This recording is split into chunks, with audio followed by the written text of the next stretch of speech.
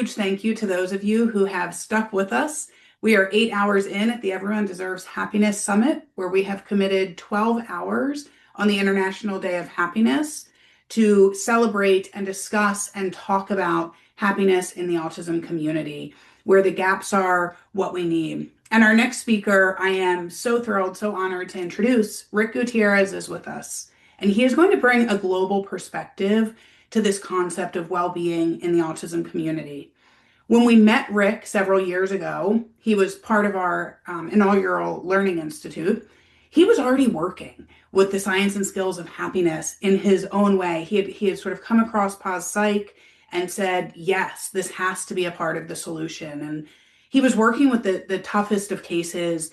Many times families, individuals in crisis were coming to him, and he had found a way to flip the script and use the science and skills of happiness even in crisis. So, Rick, we are thrilled you're here today. You are currently the CEO and founder of Behavior Analytics International and doing incredible work from the West Coast of the US into the Philippines and all over. We'll let you say a bit more about that, but thank you for taking this time to be with us, and we're excited to hear how we can think about happiness even in crisis. Thank you, Katie, for the warm welcome, and thank you, Proof Positive, for the opportunity to be part of this incredible summit. And welcome, everyone, to Thriving in Crisis. My name is Rick Gutierrez. As Katie mentioned, I'm a board-certified behavior analyst and licensed psychologist in Southern California. My character strengths are love of learning, spirituality, and honesty, and you'll hear more about character strengths a bit later. Over the last 6 years, I've been working in different capacities to support people and their families in crisis. And what I've learned in doing this work is that a person in crisis is a family in crisis, and potentially even a system in crisis. I've also learned that the people working in a system that supports people in crisis also requires special support and intentional practices that promote their well-being to ensure the system and the people in it continue to thrive when moving through crisis. The objectives that we'll cover today are going to be to just kind of establish the prevalence of mental health conditions in people with autism and intellectual developmental disability and their caregivers.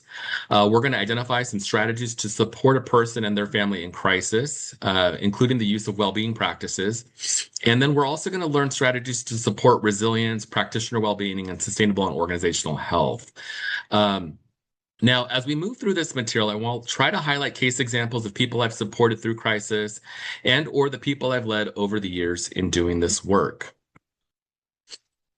Now, before we begin, how exactly do we define crisis? I like the definition that is used by the National Center for Start Services, or NCSS, and they define a crisis as a problem for which you do not have the tools to solve.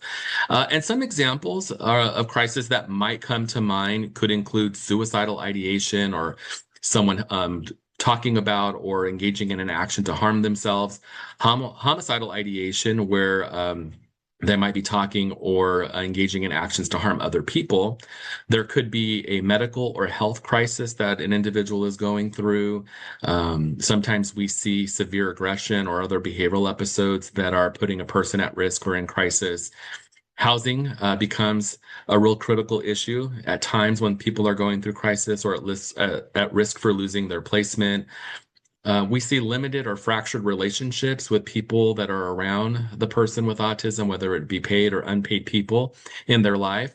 And sometimes we see forensic involvement where there's been some sort of interaction with law enforcement, and there might even be a court case that the person is having to now resolve. And then finally, chronic emergency department visits and or inpatient services. And many times we find that crisis is attributed to a person's autism or their developmental disability rather than the provider or the individual supporting this person remaining curious about what is contributing to the crisis, such as a medical condition or a history of trauma or other health-related social needs, such as limited access to food, housing, or medication.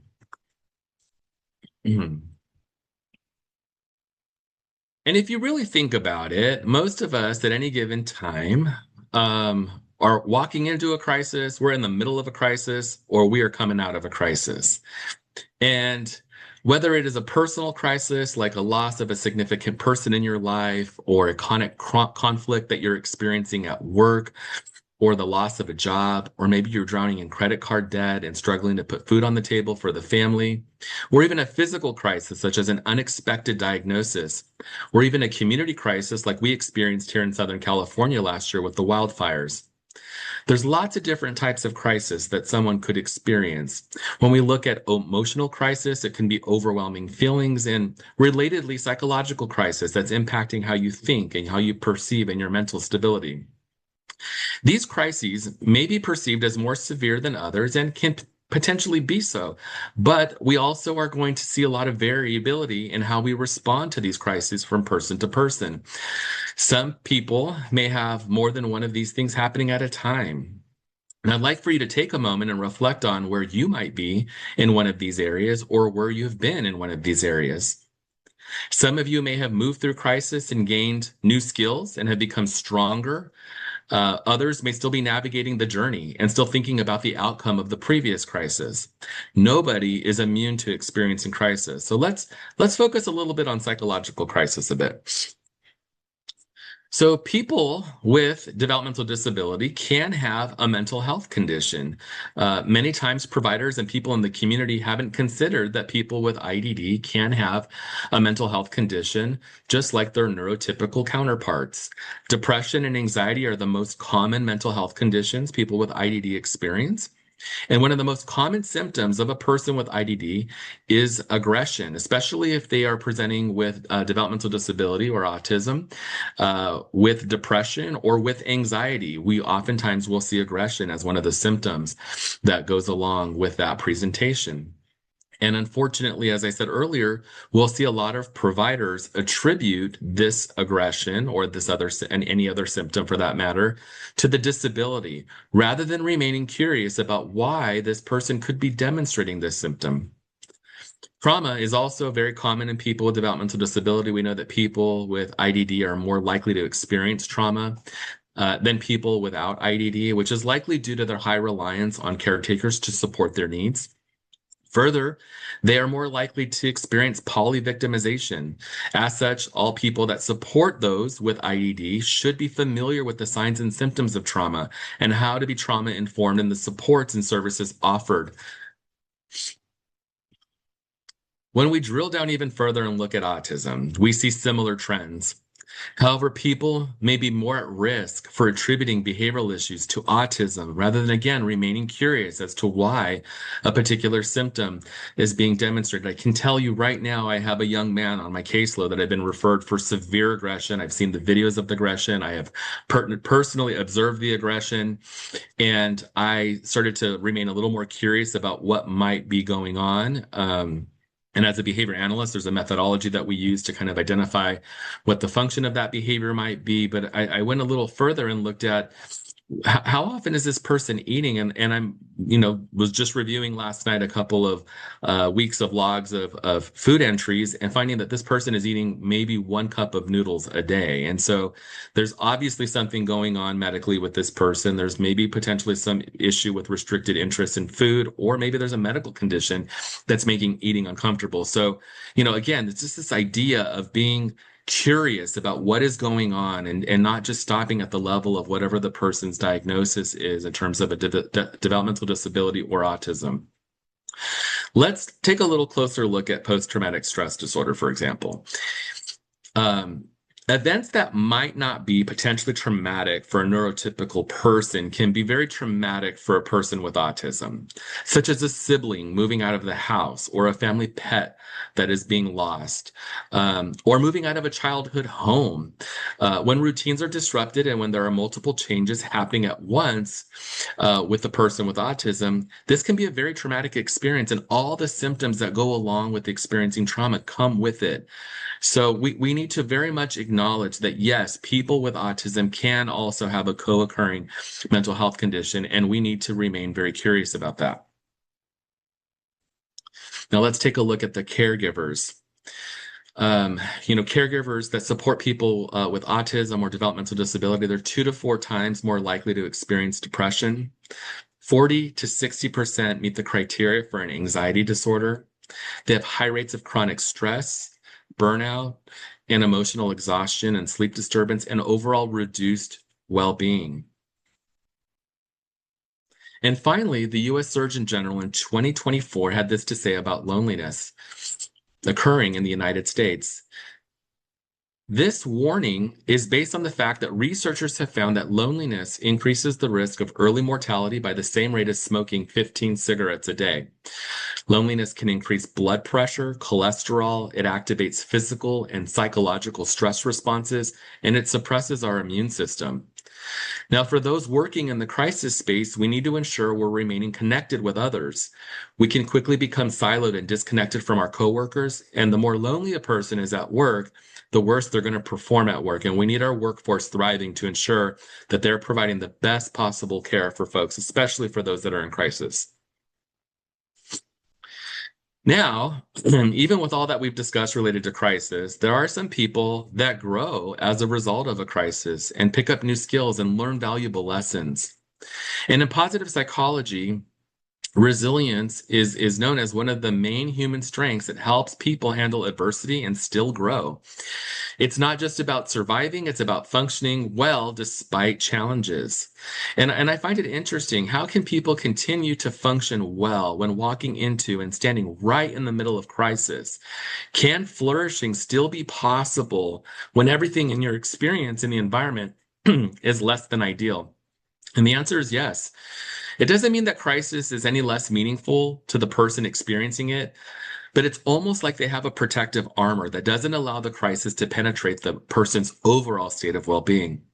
This person with this protective armor likely has a plan they're pursuing to recovery and strengthening that armor of well-being while moving through the crisis. And some of the ingredients for this armor of resilience includes optimism or having a more positive outlook on the scenario that they're encountering, being grateful and appreciative of some of the things that have happened while in the midst of this or in the past, and having hope for the future and looking at what the possibilities could be for the future, and having some self-efficacy that gives them peace that they're going to be able to effectively move through whatever it is that they're encountering. Now let's dive into some examples. Many of us have heard of post-traumatic stress disorder, and most recently in our field, there's been a push to be more trauma-informed. But what some may not have been aware of is something called post-traumatic growth. So it turns out when a person encounters a potentially traumatic event, let's say a challenging work environment or a challenging encounter with a client, the outcome can be a stress response or it can be a growth response. And as it turns out, when we look at some of the most extreme work conditions, such as those encountered by the US military, both of these outcomes can be seen. So what's the difference? Why do some have stress and others growth? Well, there's some skills such as practicing gratitude, having clarity on one's sense of purpose, stronger social connections, and spirituality that serves to promote growth. Here's some information that I found stunning. People with a neuropathological burden can remain cognitively healthy. How is this possible? Well, there was a pretty famous study that followed a group of nuns, and what these researchers found was that some people, some of the happiest nuns, I should say, who were identified to have evidence of disease in their brains after they passed away, did not show signs of dementia or Alzheimer's. One researcher investigated associations between well-being and cognitive resilience. Consistent with the pre-registered hypothesis, results showed that higher eudaimonic well-being and higher hedonic well-being were associated with better than life expected cognitive functioning related to one's neuropathological burden, meaning that the well-being of these nuns served as a shield against a physical condition that should have been observed as a cognitive impairment. Now, there have been a few studies that examine these skills within the context of individuals with developmental disability. Derwich et al. In 2020 found that workers using character strengths to provide compassionate and meaningful care motivated their own flourishing at work and supported their clients' well-being. When I was leading a crisis team, we really leaned on this study to really evaluate how can we ensure that individuals at work are remaining well, that we're really focusing on their well-being so they are well prepared to support people who have an entire caseload of people that are in crisis. Schwartz et al. In 2022 studied clinicians using the VIA measures with adults with IDD and found a myriad of practical uses, including fostering of self-understanding and esteem, providing a framework for understanding strengths, and supporting communication across the service systems, and shaping of strength-based interventions. So let's begin, but to contextualize what we mean by well-being. And before we do that, I want to share this quote that I received from some work I was doing with the Autism Society of the Inland Empire. I was supporting these folks last year, actually. And to just give you some context, this particular group, in terms of where they support people in the community with folks with autism and families that have family members with autism, are in Southern California, and their territory is roughly the size of the state of West Virginia. And what they're doing is they're doing a lot of information and referral, and the people that are calling this line are experiencing extraordinary situations. Continuously managing these calls takes a toll, and we really focused on developing and supporting the well-being of the folks that were doing this work, again, to really help them understand the impact that they were having on the community, but also helping to give them permission to prioritize their own well-being. And similar to what we see flight attendants do when we travel via airplane, before we take off, they instruct us to put your mask on before helping others. And that is the same when we're in the work in the crisis space. We must absolutely be prioritizing the use of our own well-being mask before helping others. If we're not in a good space to be able to support other people that are not having their best moment and in crisis, we are quickly not going to be able to sustain doing that work. And so being able to acknowledge that we need to prioritize our own well-being is critical. Now to the model. I'm sure by now today you've heard about the PERMA Plus model, and I'm not going to spend too much time talking about it. You know about the positive emotion, engagement, relationships, meaning, achievement or accomplishment, and health or vitality. And I want to talk about each of these on the next couple of slides in terms of how we use these elements of PERMA Plus as it relates to crisis work. So when we look at the idea of positive emotion, you can imagine that people that are in crisis and actively experiencing chronic crisis are not having a whole lot of positive emotion. And so when we start to talk to families that are in intake, or the person themselves that's having crisis, and we just simply ask the question, what was the last time you've had positive emotion? When have you had a control over the activities that lead you to positive emotion? You really jolt the person that you're talking to or the family members, because they haven't even contemplated that. They are ready to talk about what's going wrong in the current situation. They're really sometimes ready to give you kind of all the backstory. Sometimes you have the intake happening and they don't even want to tell you the story because they've already told the story so many times. So by taking a moment and pausing and saying, where is the positive emotion that exists in this system, with this person's family, with this individual, creates an opportunity for us to really look at what is positive emotion to look like. And I'm sad to report that many times, and I'm going to talk about this a little bit later, that we haven't even equipped people with autism with the words to describe what positive emotion looks like, words like joy and awe. And so we need to recalibrate how we're doing therapy and being proactive to give those tools early on in someone's journey. With regards to engagement, how often do they get to use their character strengths? Do they know what their character strengths are? Can they have an opportunity to engage in activities that are going to promote positive emotion for them? And so that's another area where we start to really identify, how do they occupy their time? And for those individuals that are experiencing depression and anxiety with autism, free time and downtime is when the thoughts really start to kick up. And so we want to make sure that we're looking for, how do we keep this person engaged? We can offer things they may not accept and they may not want to do those things, but at least creating an offering of things that they can potentially do to keep them active so they're not susceptible to those thoughts that are going to be happening as it relates to depression and anxiety. Relationships. is super important. Usually by the time we arrive on the scene, the relationships of the family have been fractured. There's a lot of frustration. And sometimes when we're working in the inpatient setting or someone that's been hospitalized, families don't even want their family member back home. And so looking at how do we reflect on when was this relationship strong? What did that look like? How can we get back to a place where we have shared enjoyment and shared experience, so that we can help to envision a brighter future? So you can just kind of tell from just these three elements of PERMA. Most people probably when they're in the crisis space, they're not focused on this. They're asking questions about the crisis, and we do ask those questions, but we balance it with asking these questions as well. Um, Meaning is really critical. I think that sometimes people in this work don't pause to think about what meaning might look like to someone with a developmental disability, and especially for somebody that is not a vocal communicator. I remember when we were doing an intake a while ago now, where the person was reluctant to really share with us about their experience, and what was kind of contributing and leading to crisis. And and we, with some rapport building and some, being thoughtful about time and the structure of the visit, we were able to get a lot of information and complete the intake. And before we left, the question that this gentleman asked was, do I have any sort of meaning in life? I mean, he's asking himself this question.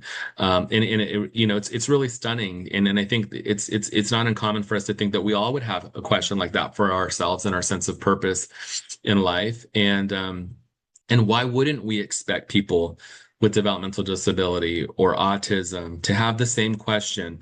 And I think we all should just kind of take pause and think about, how do we evaluate that? How do we understand how this person experiences meaning and connection with other people, and that they have an opportunity to serve other people? And I'll highlight how we kind of weave that into the work that we're doing a bit later. Accomplishment and achievement, I think, are really big. I'll give an example. This time in the workplace, we had a gentleman that we were supporting that enjoyed taking photographs of things he probably shouldn't be taking photographs of, and asking him to not do that led to a lot of really explosive behavior and a lot of law enforcement involvement. And we had a lot of things that we put in place as it related to the different elements of PERMA.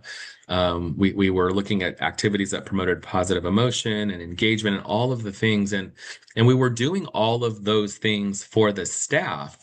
And making sure that we had moments where the staff got to have fun and play together, where they were able to share about what their positive emotions looked like and how we can help evoke that in them. So we had a lot of these things going on, but there was one specific person on the team that was really still experiencing some distress as it related to this case that I just described to you.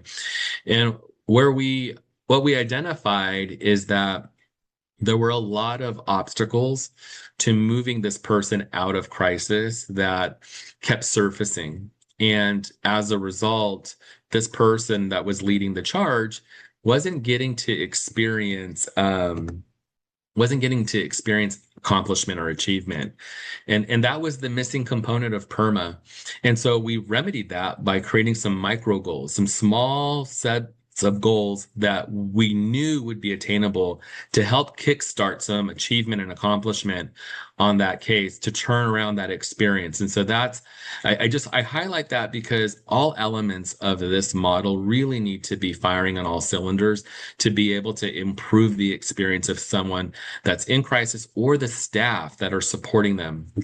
And then finally, looking at health related issues, how you're sleeping, eating, exercising.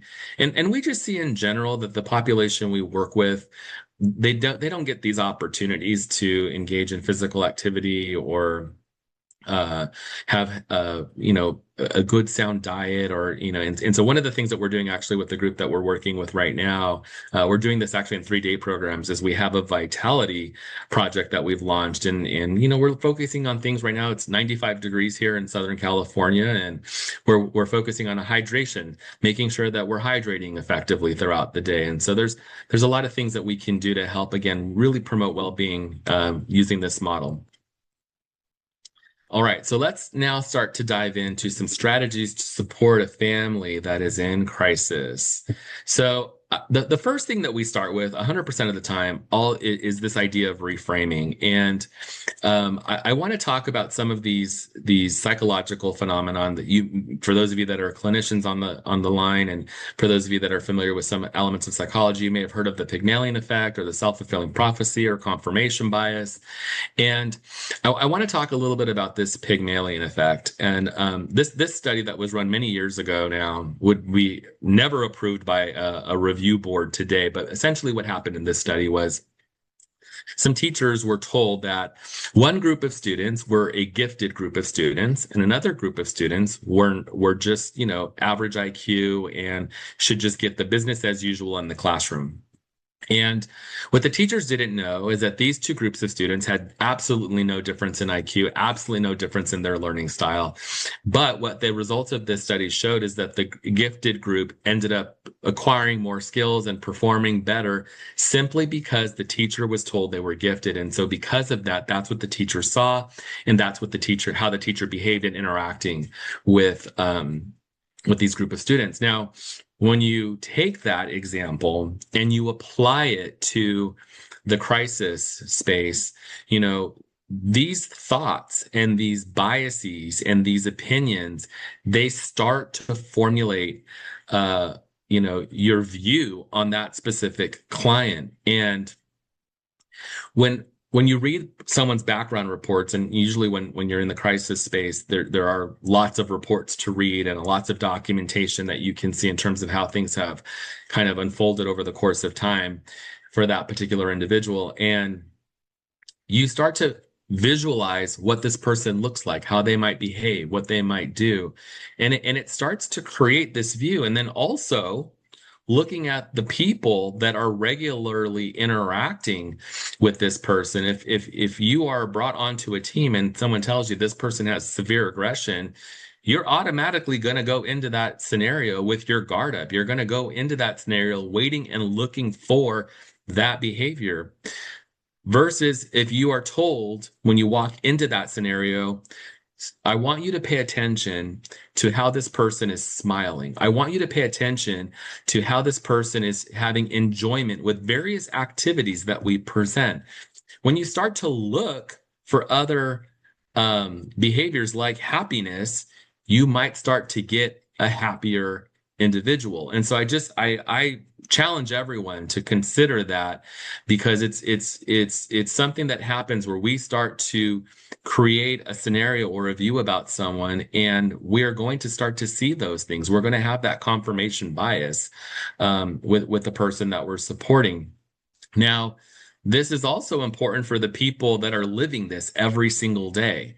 They are accustomed to seeing this. They expect it.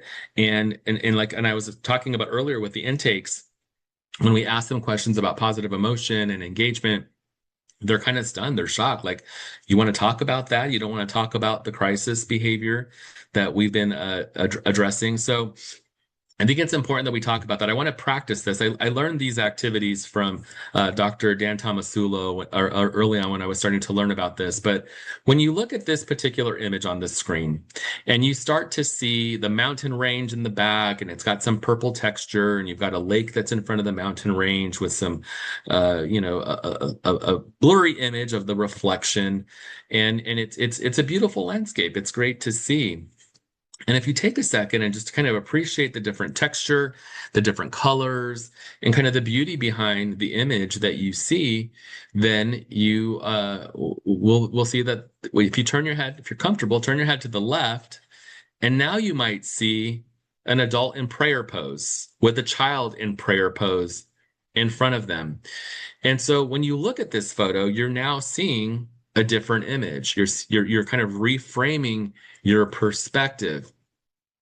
Now, in this example, I influenced you. I told you what to look for. I guided you to look at the mountain range. I guided you to look at the lake, purposefully trying to avoid you seeing the actual image of the two people in prayer pose. Now, I want you to consider that when you're interacting with a new client that's in crisis, or you're entering into a system that's experiencing crisis, or staff that are in crisis. You're influenced by the information that other people tell you. And it's important for you to remain curious. You keep hearing me say, remain curious into what exactly is going on for this person. Let's do another example. Here, look at what words you see. Most of you very quickly see the word good. And some of you maybe see the word evil. And if you don't see the word evil, it's here in the white spaces between the black on the images. And in this example, I didn't influence you. You saw what you saw instantaneously. How about this example? What animal do you see here? Some of you may see a duck. Others may see a rabbit. I personally, every time I look at this, I see a rabbit. I can tell myself there is a duck there, and then I can see the duck. And I love this example because I literally have to talk myself through it, right? And that is the exact same thing that I have to do when I need to remain curious with this particular individual, right? Like, this coming up week, I'm going to be going out to see an individual that's severely aggressive, and I have to be able to say, okay, let's reframe how I'm going to look at this. What am I going to attend to in this visit? Yes, I still need to look and manage the behavioral issue, and I need to remain safe and all the things that go around that. But I also want to be intentional and not forget to look for the things that are going well and identifying where is happiness happening? Where is engagement happening? Does this person experience any amount of meaning in their life? What's their health look like? Are they accomplishing anything? Do they get to experience accomplishment in any regard as they're living their life here? So, from a practical standpoint, we look at this idea of kind of a fixed mindset versus a growth mindset, and really looking at this idea of reframing. So that first skill, when we ask the families during intake this question of, can you describe to me when your family member is at their best, right? It's helping them start to make the shift from not 100% of the time attending to the problem, but start to attend to what a possible future could look like. What did it look like when things were going well in the past, and how can we get back to that state? So when we look at kind of these two different mindsets, when you're more in this fixed set, you are going to avoid challenges. You're really driven by fear. And I don't say this from a place of judgment. Fear is an absolute reality. If you're having to chronically deal with aggression, I remember speaking with one mom that had she looked like a victim of domestic violence, and she absolutely was. The perpetrator was her son. And to make her she was afraid to just have me in her home to do the intake in this small studio apartment. And to just make her comfortable so that we could have a conversation, we sat out on her porch because it was just this fear of the potential that was driving kind of her interaction and her day to day. You think over time, because there's been repeated failure, you give up easier.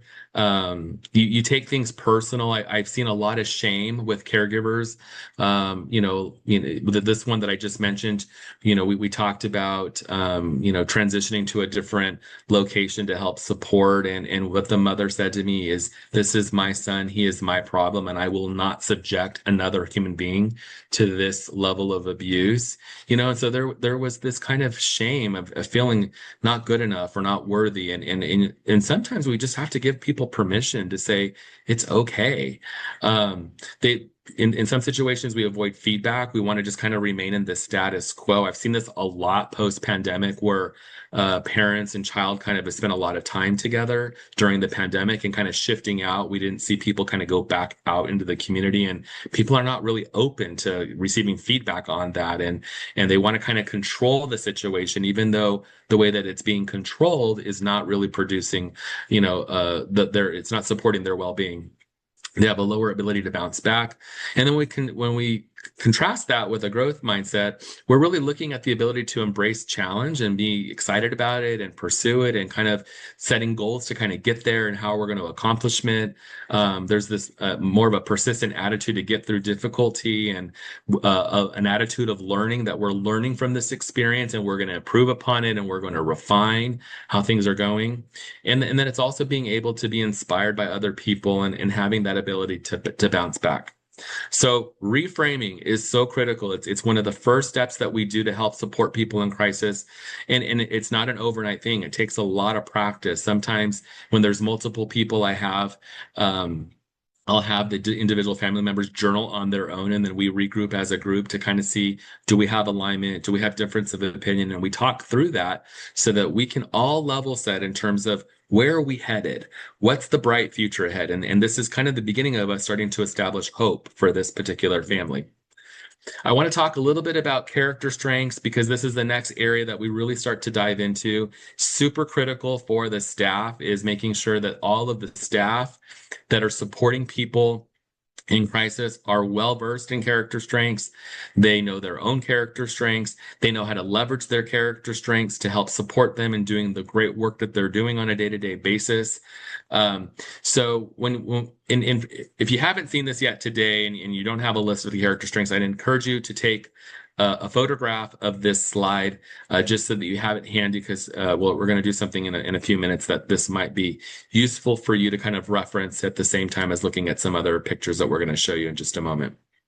But above the line, you see kind of what are considered virtues and argued to be universal across culture and likely selected through our evolution.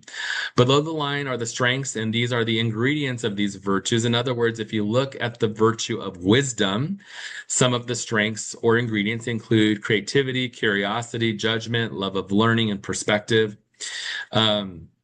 And there are situational themes tied to these strengths with behaviors that we can define in our community, right? So, like, for example, I shared with you earlier that my strength is love of learning. That really allows me to dive in and really leverage this idea of curiosity that I've been talking about. I get a referral over to someone that's in crisis. I'm going to read all about them. I want to learn about them. I want to know all aspects. I want to know about the crisis. I want to know what makes them happy. I want to know about what their well-being looks like. I want to know about their family's well-being. And I'm constantly looking at what other professional articles can I look at that are going to support my knowledge base to be able to work in this space and continue to do good work and identify opportunities to promote well-being for individuals that are in crisis. So, reading articles, attending conferences, talking to colleagues, asking questions, all of those behaviors help to support my strength and love of learning, which makes me enjoy doing this work. I could spend hours just investigating and looking at a specific case, and before I know it, 3 hours have passed. But I've really enjoyed the process because it's really feeding my strength of love of learning. So when we look at these strengths, each of us have a signature strength that are unique and that help to make well-being possible.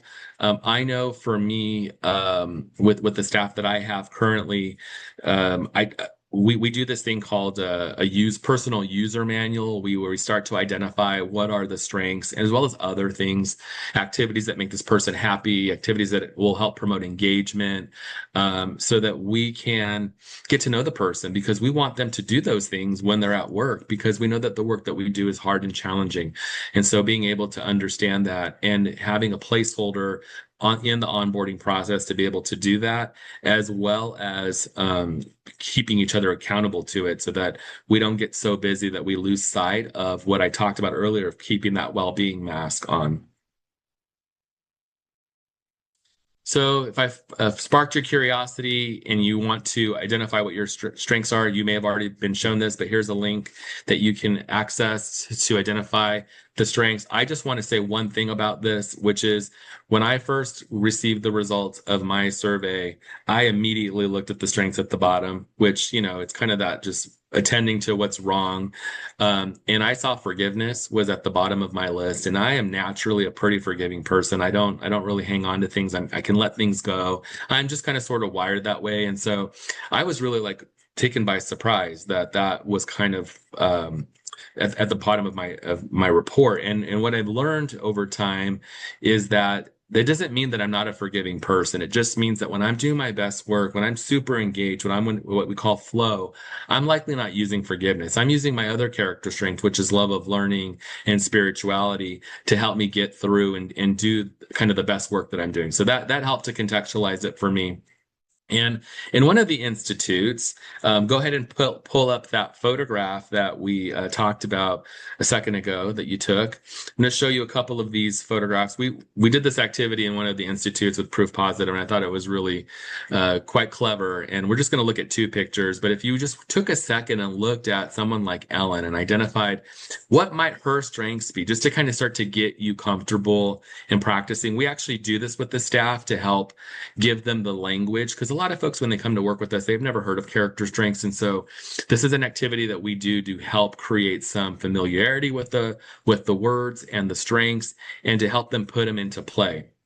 So like, for example, someone with like Ellen would be characterized potentially as strengths with zest and love and kindness and fairness and bravery and social intelligence. If you look at someone like Taylor Swift, of course, she's super creative and brave and all of the things, right? So you can kind of start to see how these strengths are manifested in what you observe these people doing that you're probably more familiar with. But now I want you to think about the character strength of hope. We can't have a talk on crisis and resilience and not talk about hope. Now, hope, interestingly enough, is one of the character strengths, is I think the only character strength that requires adversity and uncertainty in order to be activated. And so when you think about that, hope can really be a useful strength to help people move through, right? Because it requires you to envision a different future. And some of us are better at this than others, but it's a skill that we can absolutely focus on. So for example, as a behavior analyst, and we talk about, parent training and looking at different skills we want to impart, and I might develop, teach them how to use reinforcement and how to do a task analysis. But I'm also going to spend some time to evaluate how hopeful this parent is and how to facilitate and strengthen that skill for them. Because going back to this idea of reframing that we talked about, we don't want to limit the person in their family based on what they think is possible in a hopeful future. We want to keep that really broad and open, because sky's the limit. And so hope is what helps us to kind of get there. And when we look at these two spirals that you see here on the screen, it's not a choice. It's a skill that needs to be developed. And when you think about when people make a decision that results in the belief that change is possible, they start to set goals towards achieving that possibility, and they start tapping into resources that are going to get them closer to that particular outcome, versus someone that doesn't have that mindset and starts to go inward and have thoughts of depression or anxiety and isn't tapping into resources and is socially isolating and is becoming unhealthy, right? So we want to be able to really tap into that skill of hope and look at how do we get more of that to help support the future state for this particular family, individual, or system. The strength spotting is something we absolutely do very regularly. We do this amongst our staff, making sure that we know what each other's strengths are. We call it out, and it's not just social praise. It's explaining to that specific individual how that strength is having an impact either on that person, on the mission of the organization, on the system that they're trying to support, and how that's producing meaning and purpose for them. So we want to be able to really spot the strength, explain it, and really celebrate and appreciate how that feedback is going to impact how they do their work and continue to use their strengths. It's one thing to know what your strengths are, but we absolutely are going to focus on character strength activation.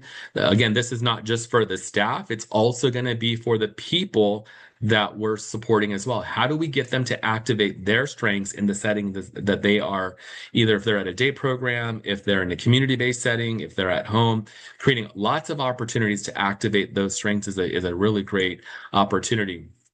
I'm not sure if anyone's talked about flow today, but I just wanted to present this visual because we really are trying to be intentional with looking at the difficulty of what we're exposing people to in this idea of engagement and their use of their character strengths, and not making it so difficult that it's making them anxious, but also keeping them right in that flow channel, right? So we're looking at this, the level of difficulty of the skill, and not letting them get into what's called a boredom state. So we really are intentional about trying to make this a little challenging, but also not so challenging that it's making them anxious. And we do this, we're really careful to do this out in the work with the staff, selecting cases that we assign them to and what's going to stretch them. And the idea here is perception, right? So when you kind of look at studies that have been done for folks in the workplace and they talk about stress and burnout, it's not always the case. It's sometimes the perception of stress. And sometimes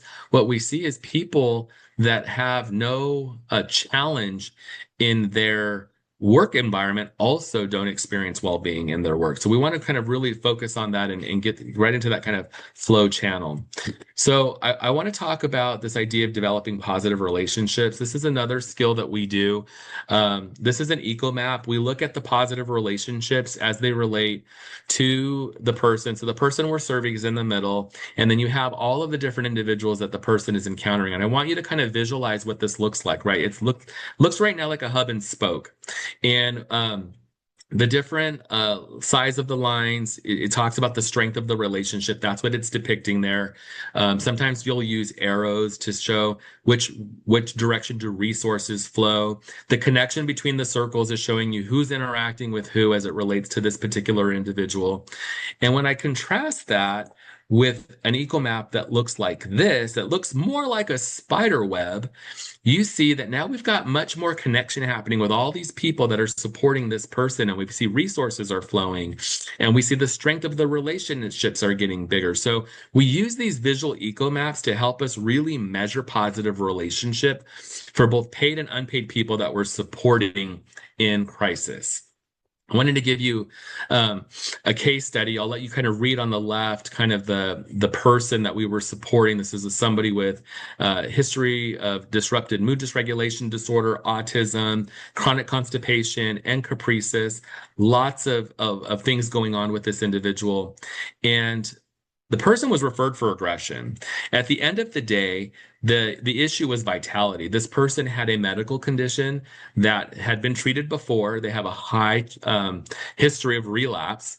And so part of that was the environment that was contributing to the relapse. So we had to focus on vitality first. Then we focused on hope because the parent had been dealing with this for so long and alone because no one else in the family would engage any longer, that we had to spend quite a bit of time reframing what a future might look like. And we leaned on this previous memory of him riding his bike and doing various things in the community. And that was kind of the mission that we were headed towards. Let's get him back on his bike. Let's envision what that looks like in the future to inspire hope. We increased access to positive emotion through the various activities that he was doing. We identified his character strengths and helped him to get into meaningful activities. And today he's now living apart from his family successfully. He is no longer having the medical condition, and he's now working to get a job. I mean, this individual has really the quality of life, not only for him, but also for his family has just dramatically improved. Let's talk about some strategies to facilitate resilience. I mean, I would be remiss if we didn't talk about gratitude. And, when you think about gratitude, whether you're dealing with someone that has kind of this worry in the future, there maybe are profiling or maybe clinically have anxiety, or you have somebody that is dwelling on the past, maybe something that has caused them to be sad, and maybe even is clinically depressed. When we look at gratitude is looking at something that has happened in the past that has given us positive emotion. And what we're doing is we're harvesting that positive emotion and we're bringing it to the present to really tap into that and bring them forward to where we're at right here, right now.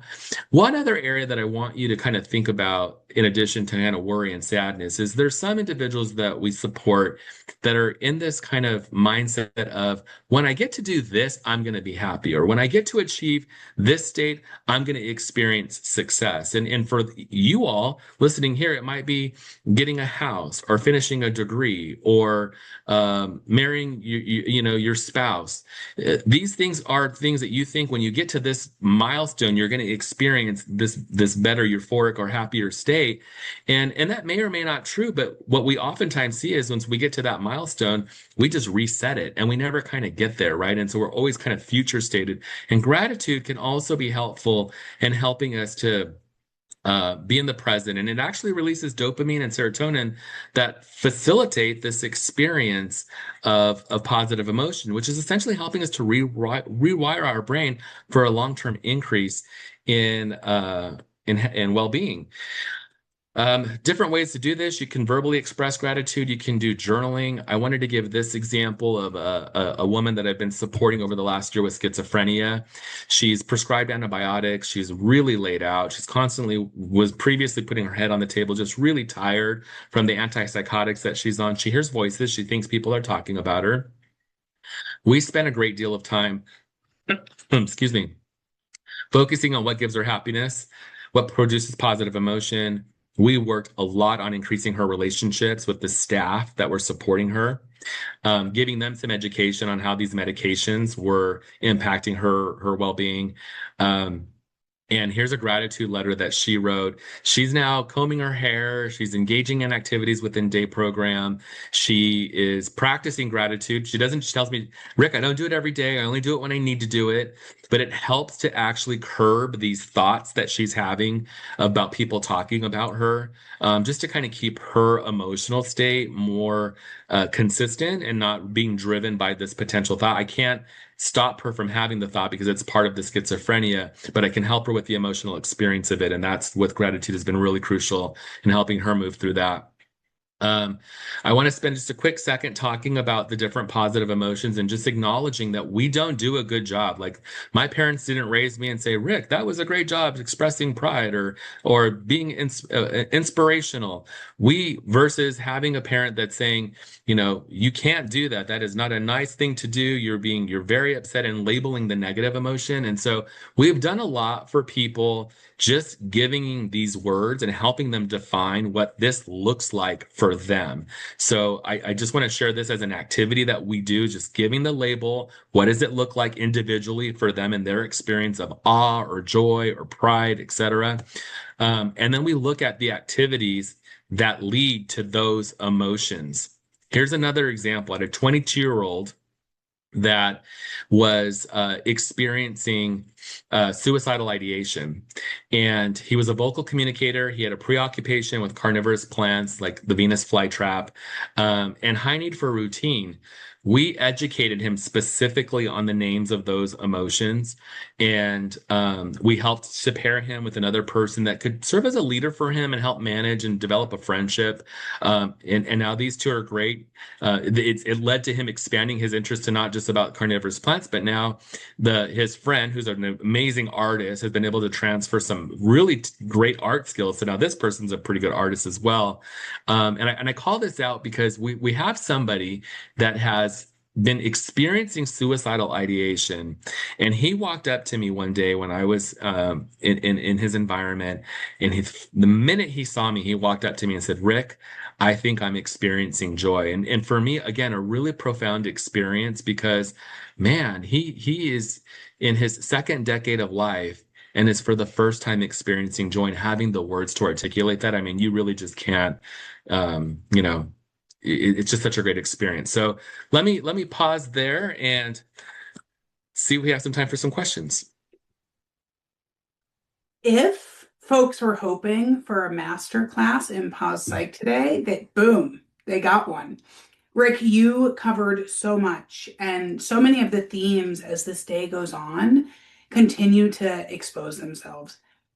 Hope, balance that even when we're shining the light on what's right, it's not in an effort to deny the reality of what's happening. And I think Right. that's a really powerful message for folks. Absolutely. Um, and I'm gonna leave you. We have 5 minutes to let people transition to the next session. So if there are questions, we will respond via chat, but I want to be Okay. sensitive to people's time. And many of you have been with us for 8 straight hours. So stretch your legs, go get some coffee. Um, Rick, Peter Gerhardt this morning also made the critically important point that we as a field are not great at acknowledging, talking about meaning and mattering and Yes. folks' belief systems. So, Mhm.